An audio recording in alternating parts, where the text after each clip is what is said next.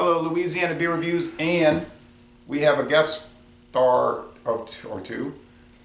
Introduce yourself. Hello, everyone. John Henderson Pierre, the Beverage Ramble, and I've joined Dave and Louisiana Beer Reviews, Ronald J. Terrio, and today we are reviewing the 2015 Woot Stout. This is one of the museum beers that's coming out, and we're going to go ahead and give this a try. Of course, this is a collaboration beer with three brewers, and Star Trek kid, what's his name? Will Wheaton. Will Wheaton, and a couple other brewers, which I forgot their names. But anyway, we're going to go ahead and try this. The story on the Woot Stout is that they save a little bit of the stout, pour it in the next batch, pour it in the next batch, pour it in the next batch, so every year you get the same stout, theoretically. Oh, kind of like the cellar method with sherry. Because sherry, what they do is they just keep dumping different sherries into the next, and that's why you can't buy a sherry with a vintage. Okay, getting back to the Woot Stout, we're gonna go ahead and try this. But y'all learned something, so boom.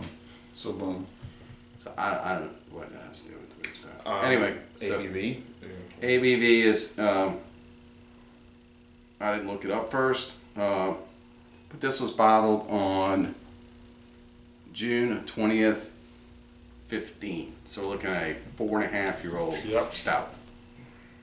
But we'll see how this held up. It's been in a dark, dry area, climate controlled, and it's been in the fridge chilling down for about a week or so. So we're gonna go ahead and crack this open and see what it's all about. Oh, you still get that crack. No, but what I was saying about sherry is applicable because it's the same idea.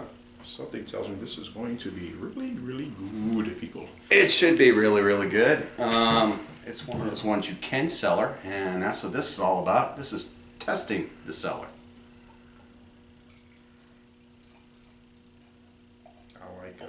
I've always been a fan of stouts, more so over the last 4 or 5 years.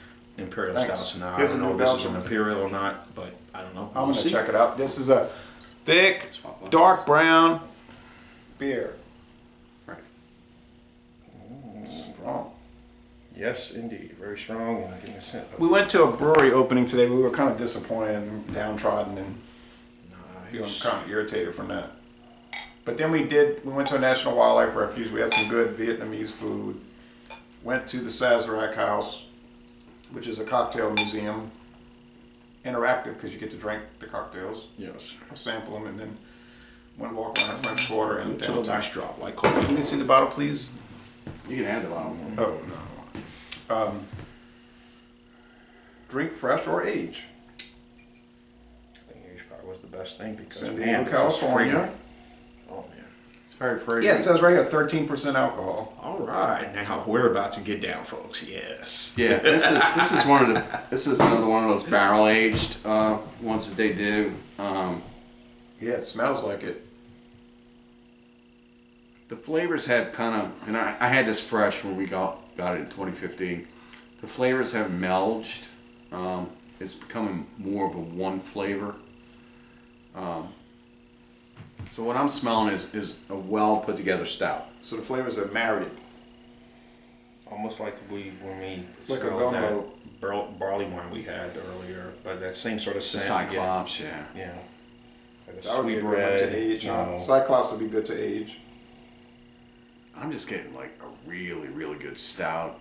All imperial impurities and everything have kind of fallen off. So let's go ahead. I'm going to go ahead and. I'm smelling raisin. A lot of raisin and dark That's what I was malts. thinking, yeah.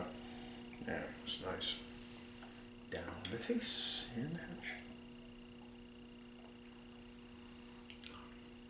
Yeah, it's so dark bready. Those dark malts, they'll sometimes taste like bread, almost like a brownie. You know what I mean? Yeah. Like a brownie. It's malty, chocolatey, coffee. Coffee, yes. Let's say that. Dark fruit is kind of faded in it. The barrel agedness is faded. A little bit. So everything is kind of married into one really delicious stout. So if you're looking for something that turns into a really delicious stout, that's what this one did. The mouth For feel. 4.5 years old in a bottle, cellared. This is just fantastic. It is.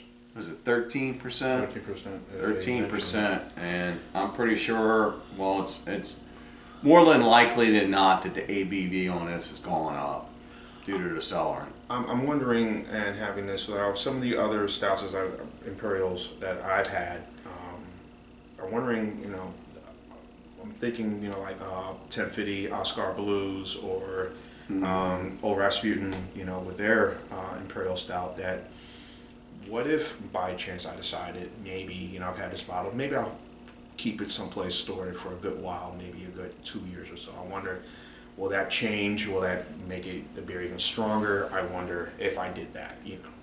It should change. It won't make it What stronger ABV, but what I've noticed in some of these ones that we pull out of the cellar is that all the little trace tastes that you get, which makes it uniquely different. I don't know what that was. Which makes it unique. Maybe the house is settling. We're in an old house. Which makes it uniquely different. Those kind of fade and meld back into the base beer of what it is. And I think that's what's happened here. We invite anyone at Stone to just go ahead and comment. Maybe one of the three guys, the brewmaster on this. We invite you to, of course, comment on this and let us know what you've experienced. I'm pretty sure you guys have got this stuff back in whatever area you're at, and that you aged it and tasted it. the bitterness is low. Very low. The sweetness is high. It's a velvety mouthfeel, almost like a heavy mouth. It is heavy, and the finish is sort of sweet. Sort of sweet, but it's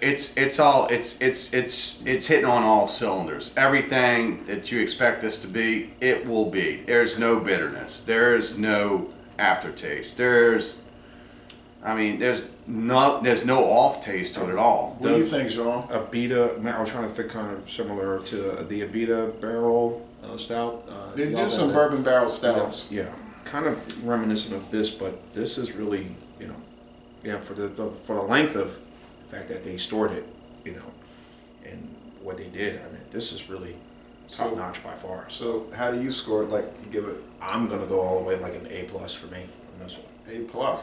This is a again, as I said with all stouts as they are, a perfect late evening, no matter what time of the year. Me personally, as I always said, I always enjoy stouts during the winter months. I just think they're perfect. But even if you're home on a summer night, and just late evening, you're about to get ready to go to bed, you want something, this would be perfect. So you're saying about like a 98 out of 100? About there. What do you say? Yeah, you did. Real enjoyable. Jay, I can comment on both sides because I had this fresh. I had this like a year later, and now I'm looking at 4.5 years later. If you're looking for all those trace tastes in this, you're just not going to find them there. For a stout to sit for 4.5 years and to be popped open, you still hear it crack. You pour it, you still get fizz. You get this really great taste. I get nothing off on this. I've got to give this an A+ in the area it is. I'm going to go ahead and give it a 99 because it has lived up to its agreement on the bottle saying that you can age this.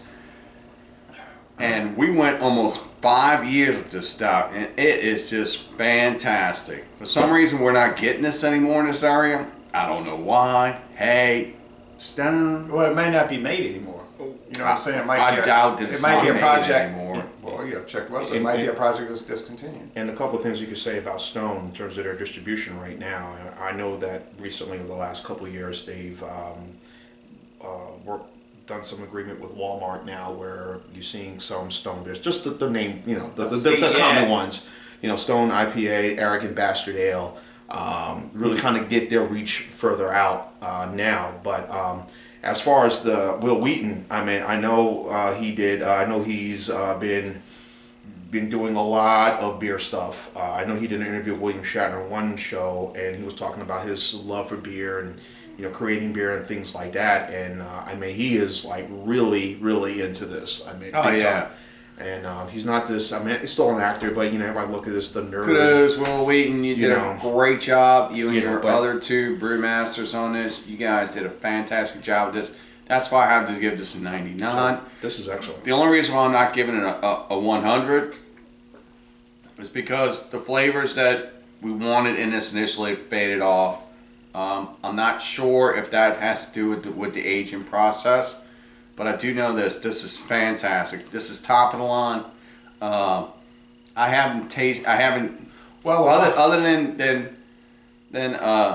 1050, which we aged. I The barrel aged 2016. one? The barrel aged? No, Okay. The no, regular? that one. Okay. The regular one.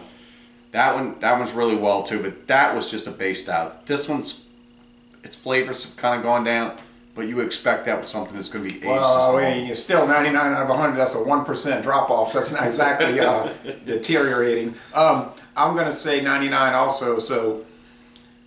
And what was the It cost? ain't perfect. It's only a 99 out of 100, bought but we that? can Yeah, kind of man. tolerate At it. that time. I mean, It's I'm like sure $9.99. that's reasonable. So Yeah, I'm Most- thinking now for the size of it, that's you're going to be getting like for this bottle. that's like a 22-ounce bottle. That's. I'm thinking nowadays for- it's going to be double across. for So if specialty, you could that's pretty tolerate good. a 98 or 99 out of 100, yeah, you could check it out. So, Les Le Bon Temps Relais Outstanding Beer from the David Museum. And we're going to end this review by saying, y'all come on down to Jefferson Parish, Louisiana. Cheers. Beers.